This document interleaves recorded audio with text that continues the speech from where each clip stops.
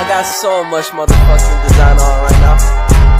Break it down, bring it back, make it clap. I got 3 old thoughts, new guap, where that thing. Bitches on my line, and you know. Pengertian pengangguran. Adapun pengertian dari pengangguran ialah tidak hanya faktor-faktor lain semacam perkembangan ekonomi yang lesu, tingkat inflasi yang besar, ketidakkeseimbangan neraca pembayaran, dan kehabisan pekerjaan ialah salah satu permasalahan ekonomi yang sangat signifikan. Pengangguran didefinisikan selaku seseorang yang tidak melaksanakan aktivitas ataupun tidak melaksanakan pekerjaan, bekerja kurang dari 2 hari seminggu, dan dalam sesi pencari pekerjaan. Bila seseorang mempunyai kemauan serta kesiapan buat bekerja, telah berupaya aktif buat memperoleh pekerjaan sepanjang 4 pekan terakhir, suasana tersebut tidak dikira selaku pengangguran. Tingkat partisipasi angkatan kerja merupakan jumlah pekerjaan dipecah dengan umur kerja. Pengangguran ialah permasalahan utama yang dialami oleh tiap negeri. Tidak hanya mempengaruhi permasalahan sosial, pengangguran mempengaruhi perkembangan ekonomi paling utama untuk negara-negara yang lagi dan sesi pembangunan semacam Indonesia. Berbagai macam aspek bisa menimbulkan pengangguran, tercantum keadaan ekonomi yang tidak menguntungkan, kebijakan pemerintah yang tidak berpihak kepada masyarakat, minimnya kemajuan zona ekonomi yang sesungguhnya, tingkat pembelajaran yang rendah, serta minimnya kesempatan lapangan kerja yang ada lebih kecil dari jumlah pencari kerja yang mempunyai potensi yang tidak cocok dengan pasar kerja yang mempunyai pembelajaran yang besar, namun tidak mempunyai akses ke lapangan kerja sehingga kemampuan lulus program pembelajaran tidak sanggup menampung urusan dalam peluang kerja. Pengangguran terpaut dalam pemutusan ikatan kerja yang bisa diakibatkan oleh antara lain yaitu industri yang menutup ataupun mengurangi operasi yang selaku akibat dari krisis ekonomi atau keamanan yang tidak normal, pengangguran yang tidak cocok, hambatan dalam ekspor impor serta aspek lainnya. Jenis-jenis pengangguran. Berdasarkan akibatnya, pengangguran dikelompokkan ke dalam 6 macam, yaitu pertama, pengangguran konjungtur. Gelombang konjungtur yaitu penurunan aktivitas ekonomi yang mana dapat menyebabkan pengangguran. Jenis pengangguran konjungtur ini disebabkan oleh perubahan tingkat kegiatan ekonomi. Jika tingkat kegiatan ekonomi meningkat, tingkat pengangguran rendah. Begitupun sebaliknya, jika tingkat kegiatan ekonomi menurun, maka tingkat pengangguran tinggi. Yang kedua, pengangguran struktural. Penyebab pengangguran struktural adalah karena adanya struktur ekonomi yang mengalami ekonomi keterampilan tenaga kerja yang dibutuhkan perusahaan harus disesuaikan karena perubahannya, tetapi tenaga kerja tidak dapat menyesuaikan diri dengan keterampilan baru yang berubah. Pengangguran dapat dipengaruhi oleh 3 faktor yaitu mobilitas tenaga kerja, kecepatan perubahan struktural, dan aspek regional dari perubahan struktural. Yang ketiga, pengangguran friksional. Karena adanya pengangguran friksional, orang kesulitan menyesuaikan diri dengan cara mereka mencari pekerjaan. Dan mencari pekerjaan yang tersedia, banyak model pengangguran yang ditemukan di negara-negara berkembang yaitu pengangguran musiman, pengangguran setelah menganggur, pengangguran tersembunyi, dan pengangguran terbuka. Yang keempat, pengangguran normal atau friksional.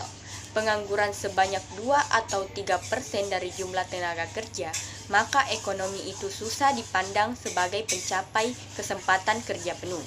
Pengangguran sebanyak 2 atau 3% tersebut dinamakan pengangguran normal atau pengangguran friksional, bukan karena mereka tidak memiliki pekerjaan, tetapi karena mereka sedang mencari pekerjaan. Yang kelima, pengangguran siklikal. Ekonomi tidak selalu berkembang secara konsisten. Permintaan agregat meningkat yang mendorong produsen untuk meningkatkan produksi. Pengangguran berkurang dan lebih banyak karyawan baru di pekerjaan. Namun, pada saat tertentu permintaan umum turun drastis. Misalnya, penurunan ini dapat disebabkan oleh kemerosotan harga komoditas di negara produsen dan bahan mentah pertanian. Pengangguran siklikal adalah pengangguran di mana jumlah pengangguran meningkat sebagai akibat dari penurunan permintaan agregat ini. Dan yang keenam, pengangguran teknologi. Pengganti manusia oleh mesin dan bahan kimia yang dapat menyebabkan pengangguran. Misalnya, pencabutan ilalan dan rumput telah mengurangi jumlah tenaga kerja yang dibutuhkan untuk membersihkan sawah, perkebunan, dan lahan pertanian lainnya. Selain itu, mesin telah mengurangi jumlah tenaga kerja yang diperlukan untuk pekerjaan seperti membuat lubang dan memotong rumput, dan saat-saat ketika robot melakukan pekerjaan manusia di pabrik. Penyebab pengangguran. Nah, untuk mengurangi pengangguran, lembaga pendidikan, masyarakat, dan lainnya harus bekerja sama. Berikut adalah beberapa faktor yang dapat menyebabkan pengangguran. 1. Sedikitnya lapangan pekerjaan untuk pencari kerja. Banyak pencari kerja tidak sebanding dengan pekerjaan yang ada di Indonesia. 2. Kurangnya keahlian para pencari kerja. Salah satu alasan mengapa pengangguran di Indonesia terus meningkat karena banyaknya sumber daya manusia yang tidak memiliki keterampilan. 3. Kurangnya informasi. Pencari kerja tidak dapat menemukan informasi tentang perusahaan kekurangan karyawan. 4. Banyak laporan pekerjaan di kota. Kurangnya perataan lapangan pekerjaan dan kurangnya perataan lapangan pekerjaan.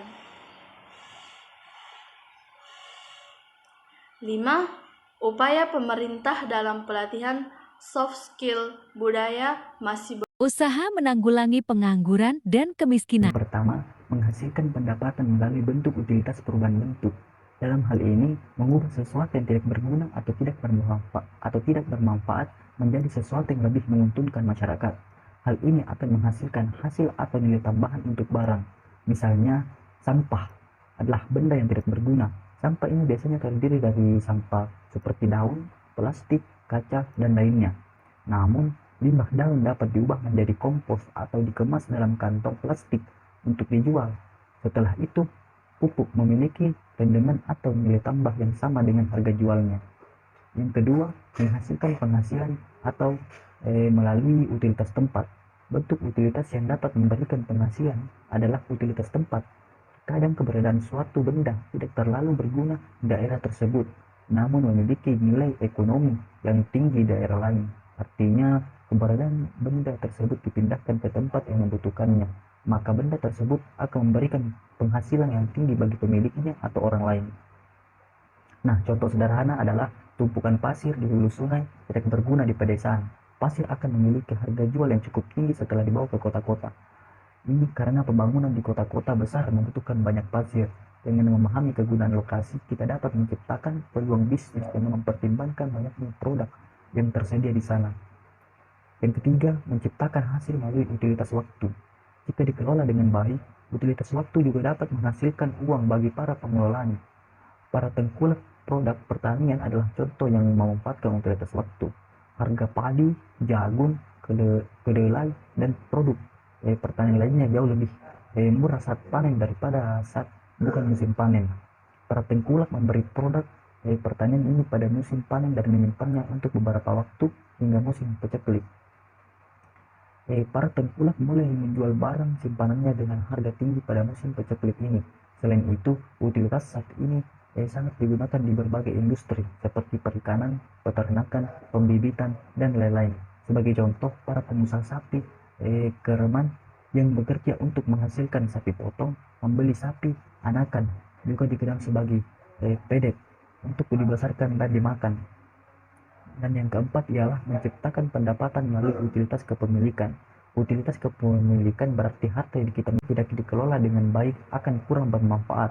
Misalnya, jika kita memiliki banyak uang dan disimpan di rumah saja, uang itu pasti tidak menguntungkan.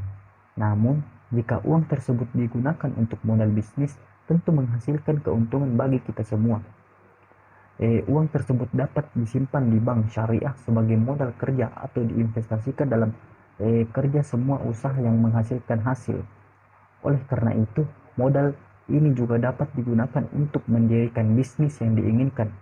dapat menghasilkan keuntungan dan menyerap banyak tenaga kerja, yang pada gilirannya akan mengurangi pengangguran dan kemiskinan. Selain itu, penulis menemukan banyak orang yang memiliki banyak tanah. Meskipun demikian, tanah tersebut tidak digunakan. Itu pasti dapat merugikan pemiliknya karena mereka harus membayar pajak bumi dan bangunan setiap tahunnya. Kesimpulan, Puluhan juta orang di Indonesia mengalami pengangguran yang merupakan masalah mendesak yang harus segera ditangani karena dampaknya dapat mempengaruhi kehidupan sosial. Peningkatan kejahatan sosial seperti pencurian, perampokan, pelacuran, perdagangan anak, dan keberadaan anak jalanan adalah salah satu konsekuensi yang mengkhawatirkan. Penemuan ini menunjukkan bahwa pengangguran memiliki kemungkinan menyebabkan gangguan sosial yang luas, berbahaya, dan berisiko tinggi, yang pada gilirannya dapat merusak martabat, harga diri, dan kualitas sumber daya manusia. Akibatnya, untuk mengatasi pengangguran, kebijakan jangka pendek dan jangka panjang yang realistis serta pendekatan komunikasi yang efektif diperlukan. Dampak patologi sosial yang dialami masyarakat saat ini dapat dikurangi dengan penerapan kebijakan yang tepat dengan langsung menangani akar masalah pengangguran. Saat ini, kesulitan hidup atau masalah ekonomi yang disebabkan oleh kurangnya peluang pekerjaan adalah penyebab utama masalah sosial di perkotaan yang mengganggu masyarakat.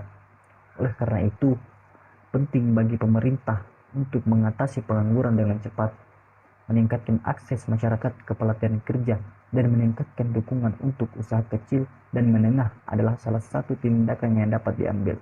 Metode ini diharapkan dapat lebih efektif menangani pengangguran. Sekian dari saya. Assalamualaikum warahmatullahi wabarakatuh.